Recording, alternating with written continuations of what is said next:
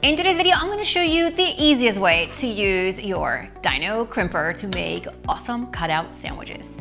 Cutout sandwiches are a kid favorite. Why? Because they are crustless. You can stuff them with their favorite filling, whether it's PB&J or deli turkey or ham and cheese, and you have an awesome sandwich with no crusts in their favorite shape. The easiest way to do this is by first making the sandwich. No cutting out layer by layer. No one's got time for that in the morning. So on a flat surface, I'm going to place my bread slices and then a little bit of mayo, or you can leave it out.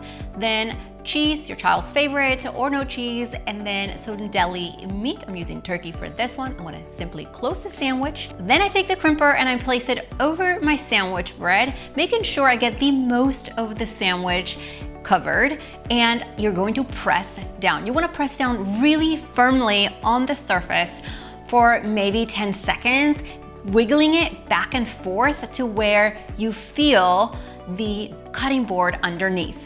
You wanna make sure you do this so the sides or the crust come out really easily. You don't have to use a knife or anything like that. You simply separate them from the sandwich. Now you have two dinos that are going along with your child for lunch, along with some baby carrots and some Greek yogurt dip right here. Now, if you're not using a compartmentalized container, go ahead and grab a small lidded container, which you're going to fill with that dip. Kids love dipping, and then close it real tight so nothing spills in the lunchbox.